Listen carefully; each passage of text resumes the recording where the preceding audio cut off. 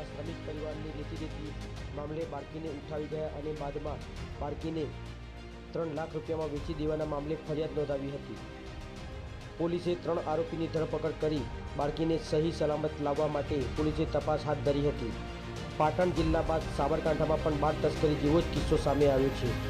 હિંમતનગર નજીક આવેલ સાબરડેરી પાસે ઝૂંપડપટ્ટીમાં રહેતા શ્રમિક પરિવાર દ્વારા મોડાસાના વ્યક્તિઓ પાસે વ્યાજે પૈસા લીધા હતા અને તેની ઉઘરાણી અર્થે મારામારી થઈ હતી અને પછી 2 શખ્સો સહિત એક મહિલાએ બળજબરીપૂર્વક 7 વર્ષની બાળકીને ઉઠાવી લઈ ગયા હતા।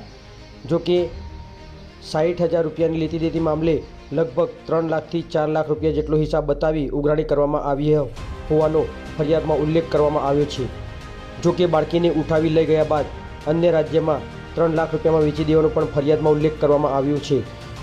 જો કે પોલીસે ફરિયાદના આધારે 3 આરોપીની અટકાયત કરી લીધી છે અને રિમાન્ડ માટે પણ રજૂ કરવામાં આવ્યા છે।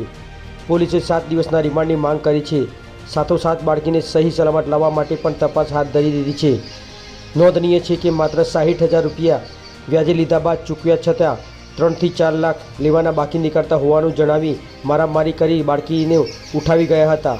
તો કોરા કાગળમાં સહી કરાવ્યા બાદ 7 વર્ષની સગીરા રાજસ્થાન તરફ વેચી દીધાનું હાલ સામે આવ્યું છે। આ સમગ્ર મામલે પોલીસે પણ તપાસનો ધમધમાટ શરૂ કર્યો છે અને બાળકીને પાછી લાવવાના પ્રયાસો પણ હાથ ધરવામાં આવ્યા છે। પત્રકાર વિશાલ ચૌહાણ, સાબરકાંઠા।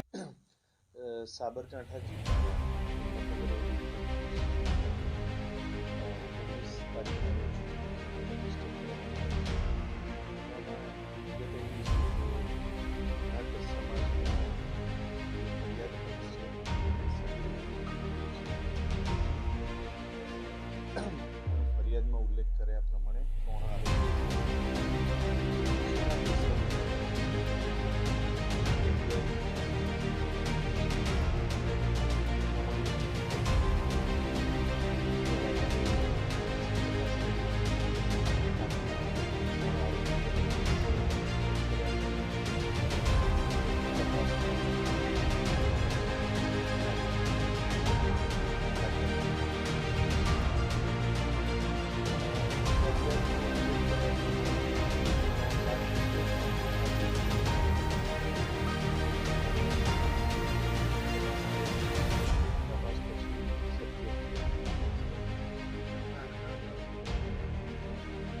હાલના તબક્કે તપાસ ચાલુ છે।